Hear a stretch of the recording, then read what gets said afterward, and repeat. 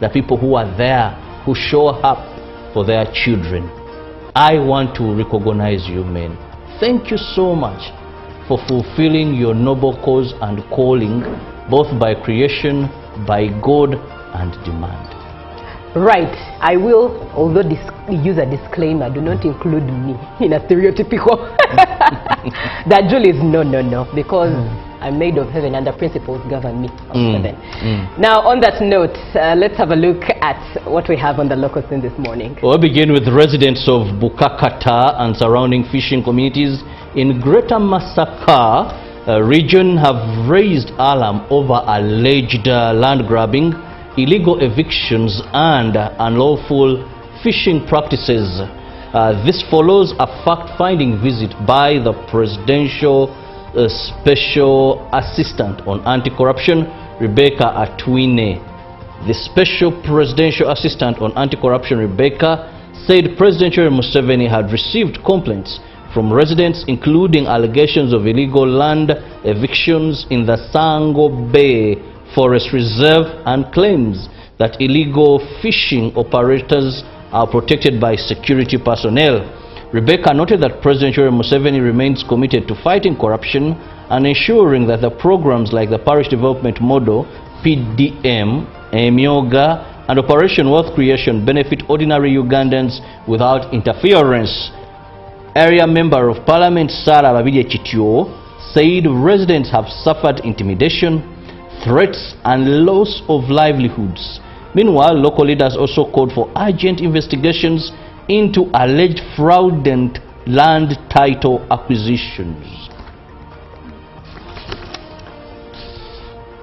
Fathers have been urged to embrace their responsibility and support their families to ensure the proper upbringing of children.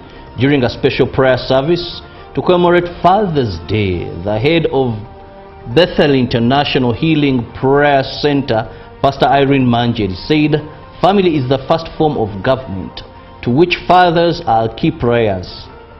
Uganda commemorated Father's Day, a special occasion dedicated to honoring fathers and all father figures for their invaluable contribution to families and society. At Bethel International Healing Prayer Center in Old Kampala was a special Thanksgiving and prayer service dedicated to fathers. The lead pastor of this center, Irene Manjeri, said the service appreciates the role fathers play in nurturing families, guiding children, and promoting strong moral values within communities. She urged fathers to remain present and committed to their families, and mothers to support fathers in homes despite the challenges of modern society. During the celebrations, a group of street children convened at the church as a sign of love and belonging. The modern Father's Day celebration is credited to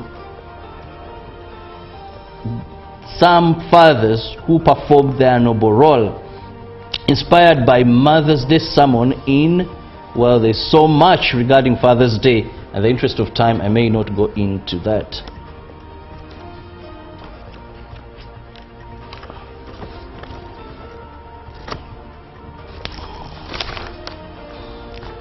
UPDF troops deployed in Somalia under the African Union Support and Stabilization Mission AMSOM have been challenged to protect and strengthen the security gains registered in Baraware sub-region subsector.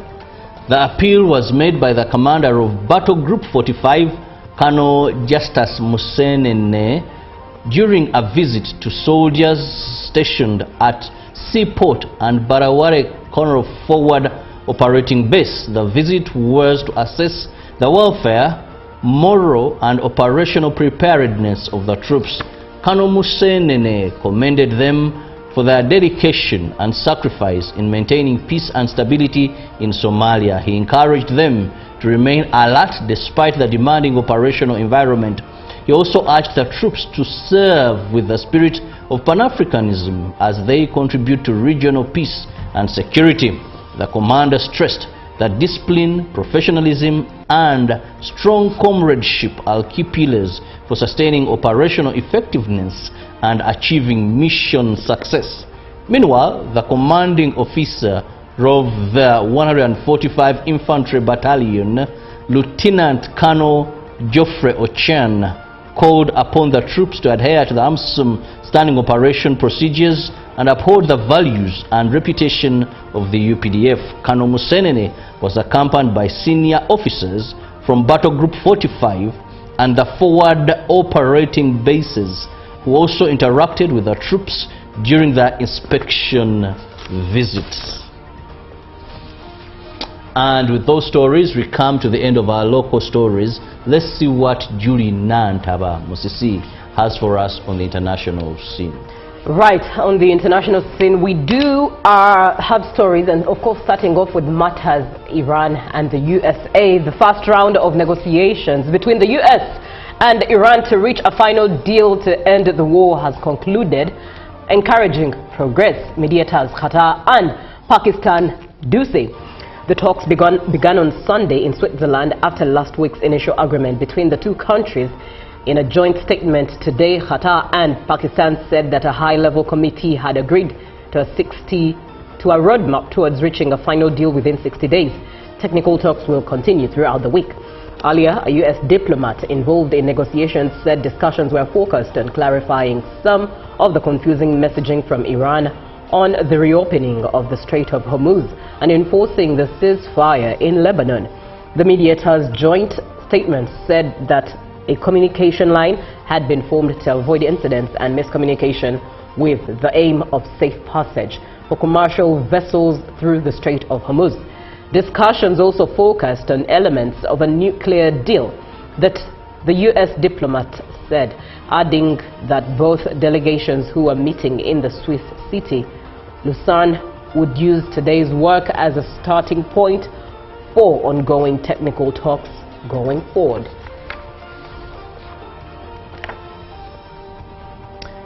Now moving on, British Prime Minister Keir Starmer is weighing whether to resign within days, according to media reports, amid mounting pressure from his own Labour Party following a decisive by-election win by his rival Andy Burnham. Expectation is growing that Starmer could announce a resignation timetable as soon as Monday, the same day Burnham is sworn in as a lawmaker after winning Thursday's vote by a wide margin, a result that has reportedly emboldened Labour figures, including Foreign Secretary Yvette Cooper, to call for Starmer to step aside. A resignation would lead to the United Kingdom's 7th Prime Minister in a decade, a rapid rate of churn in the country's modern history. Starmer has been under growing pressure to step down after months of declining popularity, policy missteps and scandals. In February, the Premier came under fire when revelations from the Epstein files about Peter Mandelson, whom Starmer appointed as UK's ambassador to the US in December 2024, came to light. Burnham, Greater Manchester Mayor since 2017, has made clear he intends to challenge to lead the slumping centre-left party, warning his by-election victory speech that warning in his by-election victory speech that it had a final chance to change. Now on to the continent. Ethiopian Prime Minister Abiy Ahmed is the big winner following the country's general election, as his party has retained its overwhelming parliamentary majority, despite the poll being overshadowed by conflict accusations of repression and little participation by opposition parties. The Prosperity Party, which won 438 of the 501 contested seats, will form the new government, with Abiy set to be sworn in for another term at the beginning of October. It is a boon for Abiy's supporters, who believe he will continue with the economic gains he has overseen. But others fear the internal divisions and security challenges facing Africa's second most populous country are only to get worse with Abiy at the helm. The 49-year-old first came to power amid government protests in 2018, and he has first hailed for his campaign to heal divisions, though the upset politicians from the northern region of Tigray, who had dominated the government for more than 2 decades. Just a year later, he won the Nobel Peace Prize, mainly for his efforts in ending hostilities with Ethiopia's northern neighbor Eritrea. And that brings us to the end of what we have on the global scene this morning. Let's take a look at what the dailies have for us this morning. Robert. We begin with the new vision this morning that has SGR Malaba Kampala line gets 2.72 trillion. Now tracing roots of man who took head to parliament. And Kalangala by-election, Museveni to boost NRM chances. Now still moving on, Muhoozi here thanks Tshisekedi for removing that is governor. And moving on, we have how Namara earns 3 billion every year from farming. Julie, 90% of oil pipeline buried. We are on our way there very soon, we hope. And let me now go to the Daily Monitor. Here we have Matoke is key to better livelihood, says Museveni. Then we call for minimum wage, law grow amid raising cost of living, vocational students, viable career pathway, experts say. And in the Daily Monitor, still shillings posts first gain in months, and state lists 7 grounds to oppose Lukwago's bail. Well, these and more if you get yourself a copy of the Daily Monitor. Right, thank you, Robert. A quick look at the Daily Nation in Kenya. Police bosses power struggle. That's the headline. And 2 killed in Gikomba fire. When will this madness stop?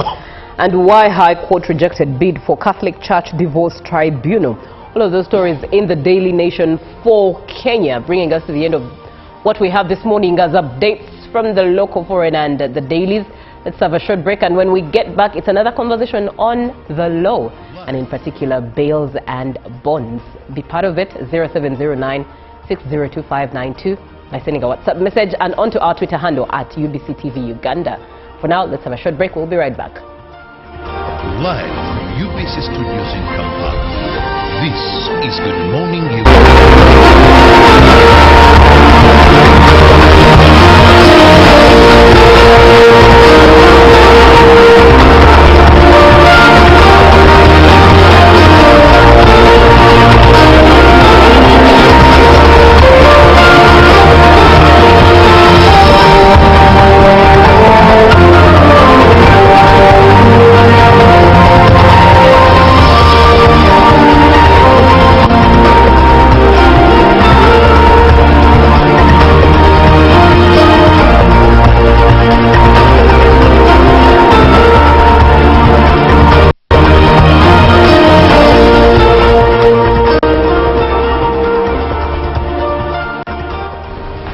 A very good morning to you. It's a Monday, 22nd of June 2026, a week that is also seeing us, as we say, bid farewell to the month of June, or start to bid farewell to the month of June, starting the final week of the month of June. Welcome back from the weekend that was, and ready to start the new week.